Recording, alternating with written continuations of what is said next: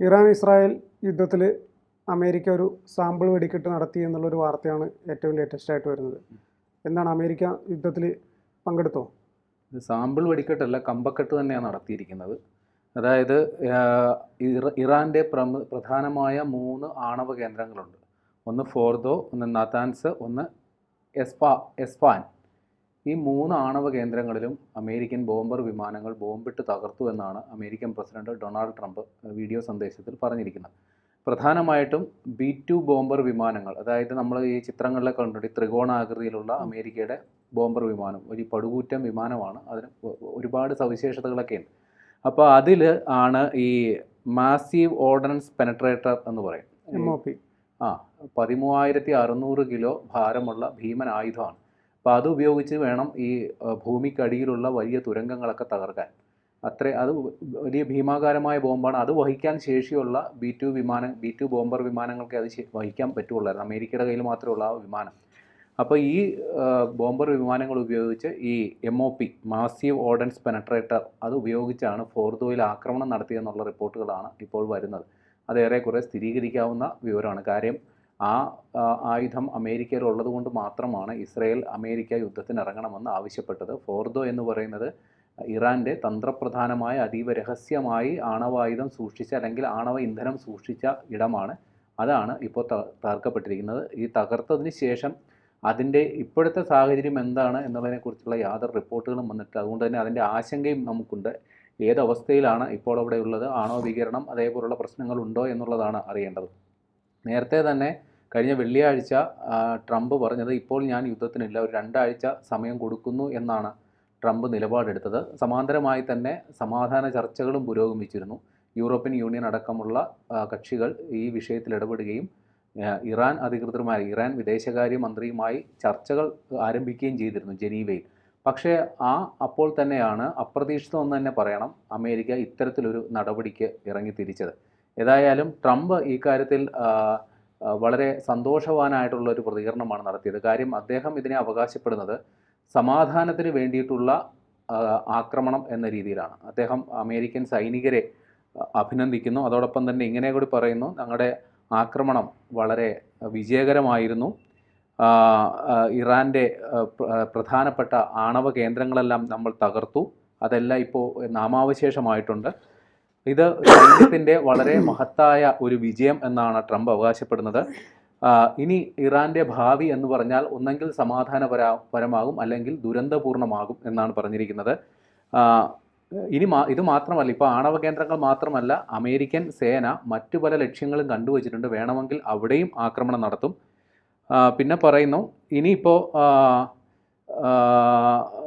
അതായത് ഇനിയും എന്തെങ്കിലും ഒരു പ്രശ്നം ഇറാൻ്റെ ഭാഗത്തുനിന്ന് ഉണ്ടാകുകയാണെങ്കിൽ അമേരിക്കൻ സേന പ്രിസിഷനും സ്പീഡും സ്കില്ലും, പ്രിസിഷൻ എന്ന് പറഞ്ഞാൽ കൃത്യത, സ്പീഡ് എന്ന് പറഞ്ഞാൽ വേഗത, സ്കില്ലെന്ന് പറഞ്ഞാൽ അതിൻ്റെ നൈപുണ്യം അല്ലെങ്കിൽ അതിൻ്റെ സ്കില്ല്, അത്രയും ഉപയോഗിച്ചിട്ട് ഇറാനെതിരെ വലിയ രീതിയിലുള്ള ആക്രമണം നടത്തും എന്നാണ് ട്രംപ് പറഞ്ഞിരിക്കുന്നത്. ബെഞ്ചമിൻ നെതന്യാഹുവും വളരെ സന്തോഷത്തോടെ ട്രംപിൻ്റെ ഈ ആക്രമണത്തെ അല്ലെങ്കിൽ അമേരിക്കയുടെ നടപടിയെ സ്വാഗതം ചെയ്തിട്ടുണ്ട്. വളരെ ധീരമായ ഒരു തീരുമാനമാണ് ട്രംപിൻ്റെ ഭാഗത്തു നിന്ന് ഉണ്ടായത് എന്നുള്ളതാണ് നെതന്യാഹുവിൻ്റെ അഭിപ്രായം. അതോടൊപ്പം തന്നെ ട്രംപിൻ്റെ ഈ നടപടിയോടുകൂടി മിഡിൽ ഈസ്റ്റിൻ്റെ ചരിത്രം തന്നെ മാറ്റി എഴുതപ്പെട്ടിരിക്കുന്നു എന്നാണ് നെതന്യാഹു പറയുന്നത്. ഇനി ബലപ്രയോഗത്തിലൂടെ സമാധാനം ഉണ്ടാക്കുക. ആദ്യം നമ്മൾ ബലം പ്രയോഗിച്ചു, ഇനി സമാധാനം വരും. പിന്നെ പറയുന്നു, അമേരിക്ക വലിയൊരു തരത്തിലുള്ള ബലം തന്നെ പ്രയോഗിച്ചു, അങ്ങനെ ഇനി ആ രാജ്യത്ത് സമാധാനം ഉണ്ടാകും എന്നാണ് നെതന്യാഹു അവകാശപ്പെടുന്നത്. ഇനി നെതന്യാഹു ഒരു കാര്യം കൂടി പറയുന്നുണ്ട്, അമേരിക്കൻ സേന ആക്രമണം നടത്തിയത് ഏറ്റവും വലിയ ഭരണകൂടത്തിനോടും ഏറ്റവും വലിയ ഭീകരമായ അപകടകാരിയായ ഭരണകൂടത്തോടും ഏറ്റവും അപകടം പിടിച്ച ആയുധത്തിന് നേരെയാണ് അമേരിക്ക ആക്രമണം നടത്തിയെന്നുള്ളതാണ് നെതന്യാഹു പറയുന്നത്. ഇതുവരെ ഏതാണ്ട് 2 കൂട്ടരും വലിയ രീതിയിലുള്ള ആക്രമണം നടത്തിയിട്ടുണ്ട്. ഇറാൻ്റെ ഭാഗത്ത് നിന്ന് ഏതാണ്ട് 600ഓളം പേരുടെ മരണമാണ് ഇപ്പോൾ ഔദ്യോഗികമായിട്ട് സ്ഥിരീകരിച്ചിട്ടുള്ളത്. ഇസ്രായേലിൻ്റെ ഭാഗത്ത് 24 പേരുടെ മരണമാണ് അവർ പുറത്തുവിട്ടിരിക്കുന്നത്. യഥാർത്ഥ വസ്തുത നമുക്കറിയില്ല. ഇസ്രായേൽ പറയുന്നത് ഇറാൻ്റെ ഭാഗത്ത് നിന്ന് ഏതാണ്ട് 450ഓളം മിസൈലുകളും 1000ഓളം ഡ്രോണുകളും ഇസ്രായേലിനെ ലക്ഷ്യമാക്കി വന്നു, അതെല്ലാം തടുത്തിട്ടു എന്നാണ് ഇസ്രായേൽ പറയുന്നത്. ഏതായാലും യുദ്ധം ഇപ്പോൾ കൊടുമ്പിരി കൊണ്ടിരിക്കുന്ന അവസ്ഥയിലാണ്. അതിനിടയിൽ മറ്റൊരു റിപ്പോർട്ട് കൂടി വരുന്നുണ്ട്, ഈ അയത്തുള്ള അലി ഖമിനേയി എന്ന് പറയുന്ന ഇസ്രയേലിൻ്റെ പരമോന്നത നേതാവ് കൊല്ലപ്പെട്ടു എന്ന തരത്തിൽ പ്രചാരണം നടക്കുന്നു. കാരണം ഇറാന്റെ അതെ, ഇറാൻ്റെ ക്ഷമിക്കണം, ഇറാൻ്റെ പരമോന്നത നേതാവ് അയത്തുള്ള അലി ഖമിനേയി കൊല്ലപ്പെട്ടു എന്ന തരത്തിലുള്ള റിപ്പോർട്ടുകൾ വരുന്നുണ്ട്. അതായത് ഇദ്ദേഹം ഏതോ ഒരു രഹസ്യ സങ്കേതത്തിൽ ബങ്കറിനുള്ളിൽ ഒളിച്ചിരിക്കുകയായിരുന്നു, ആ പ്രദേശം മുഴുവൻ ബോംബിട്ട് തകർക്കപ്പെട്ടു എന്ന തരത്തിലുള്ള റിപ്പോർട്ടുകളാണ് വരുന്നത്. ഇതുമായി ബന്ധപ്പെട്ടാണ് ഇദ്ദേഹം 3 അനുയായികളെ തെരഞ്ഞെടുത്തതായിട്ടുള്ള വാർത്തകൾ വരുന്നത്. അപ്പോൾ ഇത് രണ്ടും കൂടി കൂട്ടി വായിക്കുമ്പോൾ ഇദ്ദേഹത്തിൻ്റെ മരണം ഉണ്ടായിട്ടുണ്ട് എന്നുള്ള കാര്യത്തിൽ ഏതാണ്ട് ഒരു അങ്ങനെ ഉള്ള സാഹചര്യം ഉണ്ടായിട്ടുണ്ടെന്ന് വേണം നമുക്ക് മനസ്സിലാക്കാൻ. കാരണം ആ ഒരു രീതിയിലുള്ളൊരു, അല്ലാതെ ഇദ്ദേഹം ഒരു അനുയായിയെ തിരഞ്ഞെടുത്തതായിട്ടുള്ള വാർത്തകൾ വരേണ്ട സാഹചര്യമില്ല. അദ്ദേഹത്തിൻ്റെ ഒരു വീഡിയോ സന്ദേശം വന്നിരുന്നു. അത് പക്ഷേ അദ്ദേഹം ഈ ഒളിവിൽ പോകുന്നതിന് മുൻപ് ചിത്രീകരിച്ചതാണ് എന്ന തരത്തിലുള്ള ഒരു നിഗമനത്തിലേക്ക് കാര്യങ്ങൾ എത്തുന്നുണ്ട്. അപ്പോൾ അദ്ദേഹം ഇനി ജീവിച്ചിരിപ്പുണ്ടോ ഇല്ലയോ എന്നുള്ള ഒരു തരത്തിലുള്ള ചർച്ചകൾ ഇനി തുടങ്ങുന്ന സമയമായി. അതേപോലെ തന്നെ വലിയ രീതിയിലുള്ള ആക്രമണം ഇനിയും, അതായത് ഇതിപ്പോൾ യുദ്ധം ഇറാൻ്റെ ഭാഗത്തു നിന്നും ഇനി ഏതെങ്കിലും തരത്തിൽ തിരിച്ചടി ഉണ്ടാകുമോ ഇല്ലയോ എന്നുള്ളതാണ് നമ്മൾ കാത്തിരിക്കേണ്ടത്. കാര്യം അവരുടെ പ്രധാനപ്പെട്ട ആണവ കേന്ദ്രങ്ങളിൽ വലിയ ആക്രമണം നടത്തി, വലിയ രീതിയിലുള്ള നാശമുണ്ടായി. അവരുടെ ബാലിസ്റ്റിക് മിസൈൽ പദ്ധതികളാണ് ഇറാൻ്റെ ശക്തി ദൗർബല്യം എന്ന് പറയുന്നത്. കാരണം അത് നശിപ്പിക്കപ്പെട്ടു കഴിഞ്ഞാൽ പിന്നെ ഇറാന് യാതൊരു തരത്തിലുള്ള ഒരു പ്രതിരോധത്തിന് സാധ്യതയില്ല. പക്ഷേ അത് അവരുടെ കൈവശം ഇപ്പോഴും ഉണ്ടെങ്കിൽ, ബാലിസ്റ്റിക് മിസൈൽ സംവിധാനങ്ങൾ ഇപ്പോഴും അവരുടെ പ്രവർത്തനക്ഷമമായി ഉണ്ടെങ്കിൽ വലിയ രീതിയിലുള്ള തിരിച്ചടി ഇറാൻ്റെ ഭാഗത്തു നിന്ന് ഉണ്ടാകും എന്നുള്ളത് ഉറപ്പാണ്. അതിപ്പോൾ അവർ ഏത് തരത്തിലുള്ള ആക്രമണമാണ് നടത്തുന്നത് എന്നുള്ളത് നമുക്ക് വരുന്ന മണിക്കൂറുകളെ അറിയാൻ സാധിക്കുകയുള്ളൂ. ഈ ഇസ്രായേൽ കഴിഞ്ഞ കുറേ നാളുകളായിട്ട് ഒരു വജ്രായുധം പ്രയോഗിക്കാൻ പോകുന്നു, അമേരിക്കയിൽ നിന്ന് ഞങ്ങളൊരു വജ്രായുധം വാങ്ങുന്നു എന്ന് പറഞ്ഞ സാധനമാണ് ഇപ്പോൾ അമേരിക്ക അവിടെ പൊട്ടിച്ചത്. അതെ അതെ. ഈ 2000-ന്റെ തുടക്കത്തിലാണ് ഈ MOP എന്ന് പറയുന്ന സംവിധാനം അമേരിക്ക വികസിപ്പിച്ചെടുത്തത്. അതിൻ്റെ പ്രധാന പ്രത്യേകത എന്ന് പറഞ്ഞു കഴിഞ്ഞാൽ പ്രേമം സൂചിപ്പിച്ചതുപോലെ ഒരു 200 അടി താഴ്ചയിൽ കുഴിച്ചിട്ട സാധനങ്ങൾ വരെ നശിപ്പിച്ച് കളയാൻ പറ്റും എന്നുള്ളതാണ്. അതുകൊണ്ട് തന്നെയാണ് ഇസ്രായേൽ ആദ്യഘട്ടങ്ങളിൽ ആക്രമണം നടത്തി കുറേ കാര്യങ്ങളൊക്കെ അവർ നശിപ്പിച്ചു. പക്ഷേ എന്നാലും ഇപ്പോഴും ഈ ഫോർദോ എന്ന് പറയുന്ന സ്ഥലങ്ങളിലൊക്കെ പർവ്വതങ്ങളുടെ ഇടയിലാണല്ലോ ഇവർ ഒളിപ്പിച്ചു വെച്ചിരിക്കുന്നത്. അവിടെ ഉള്ള കാര്യങ്ങൾ ഇസ്രായേലിന് ഇതുവരെ പൂർണ്ണമായിട്ട് നശിപ്പിക്കാൻ സാധിച്ചിട്ടില്ല. അതിൻ്റെ പരിസരങ്ങളിൽ കുറച്ച് സ്ഥലങ്ങളിൽ മാത്രം ആണ് നാശം വിതയ്ക്കാൻ സാധിച്ചത്.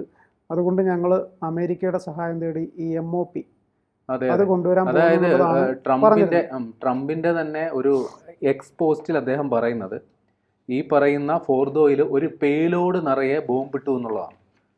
പേലോഡ് എന്ന് പറഞ്ഞാൽ ഒരു വിമാനത്തിൽ വഹിക്കുന്ന അത്രയും പൂർണ്ണമായി വഹിക്കുന്ന, അത് ആ പൂർണ്ണമായി വഹിച്ചത് ഈ പറയുന്ന MOP ആണോ അതോ മറ്റേ പോലുള്ള ക്ലസ്റ്റർ ബോംബുകൾ അല്ലെങ്കിൽ ബങ്കർ ബസ്റ്റർ ബോംബ് എന്നൊക്കെ പറയുന്ന മറ്റ് സങ്കേതങ്ങളാണോ ഉപയോഗിച്ചതെന്നറിയില്ല. ഒരു പേലോഡ് നിറയെ ബോംബാണ് ഫോർദോയിൽ ഇട്ടത് എന്ന് ട്രംപ് പറയുന്നുണ്ട്. പിന്നെ ആ ആക്രമണത്തിന് ശേഷം എല്ലാ വിമാനങ്ങളും സുരക്ഷിതമായി അവരുടെ സ്ഥലങ്ങളിലേക്ക് മടങ്ങിയെത്തിയെന്നും പറയുന്നു. പിന്നെ ഒരു കാര്യം കൂടി പറയുന്നുണ്ട്. ട്രംപ് പറയുകയാണ്, അല്ലെങ്കിൽ ഒരു വീരവാദം മുഴക്കുകയാണ്, അമേരിക്കൻ സേനയെ ഞാൻ അഭിനന്ദിക്കുന്നു, ലോകത്ത് ഒരു സൈന്യത്തിനും ഇമാതിരി ഒരു ആക്രമണം നടത്താൻ സാധിക്കില്ല. കാര്യം ഇത് വളരെ അപകടം പിടിച്ച ഒരു ഏർപ്പാടാണ്. ആണവ കേന്ദ്രങ്ങളിലാണ് ആക്രമണം നടത്തുന്നത്. ഏത് രീതിയിൽ അവിടെ അതിൻ്റെ ഒരു പ്രതിഫലനം ഉണ്ടാകും എന്ന് നമുക്ക് ഈ അവസരത്തിൽ പറയാൻ സാധിക്കില്ല. ഏതെങ്കിലും തരത്തിൽ അതൊരു ആറ്റം ബോംബ് സ്ഫോടനത്തിലേക്ക് വേണമെങ്കിൽ വഴിതെളിക്കാം.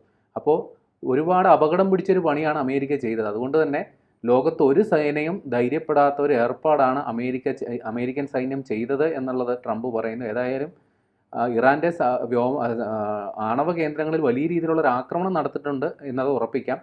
അമേരിക്ക യുദ്ധത്തിൽ നേരിട്ട് പങ്കെടുക്കില്ല എന്നുള്ളൊരു സൂചന തന്ന് അവസാനം അവർ ചെയ്തു. ഇനിയിപ്പോൾ ഇറാൻ്റെ ഭാവി എന്താണ് എന്നുള്ളതാണ് നമുക്കറിയേണ്ടത്. ഇറാൻ വീണ്ടും ഇതിന് തിരിച്ചടി എന്ന നിലയിൽ വലിയ രീതിയിലുള്ളൊരു ആക്രമണത്തിന് മുതിരുമോ എന്ന് നമുക്കറിയില്ല. പക്ഷേ അങ്ങനെ ഉണ്ടായില്ലെങ്കിൽ നേരത്തെ നമ്മൾ പറഞ്ഞ മാതിരി ഇറാനിൽ വലിയൊരു ഭരണമാറ്റത്തിന് സാധ്യതയുണ്ട്. ഈ അയത്തുള്ള അലി ഖമിനേയിയുടെ ജീവിച്ചിരിപ്പുണ്ടോ ഇല്ലയോ നമുക്ക് ഉറപ്പില്ല. പക്ഷേ അവിടെ അദ്ദേഹത്തിൻ്റെ അനുയായികളെ പ്രഖ്യാപിച്ചാൽ പോലും ഇനി അമേരിക്ക തീരുമാനിക്കുന്ന പ്രകാരം അവിടെ ഒരു ഭരണമാറ്റം അടക്കമുള്ള കാര്യങ്ങളിലേക്ക് വഴി തുറക്കാനുള്ള സാധ്യതയുണ്ട്.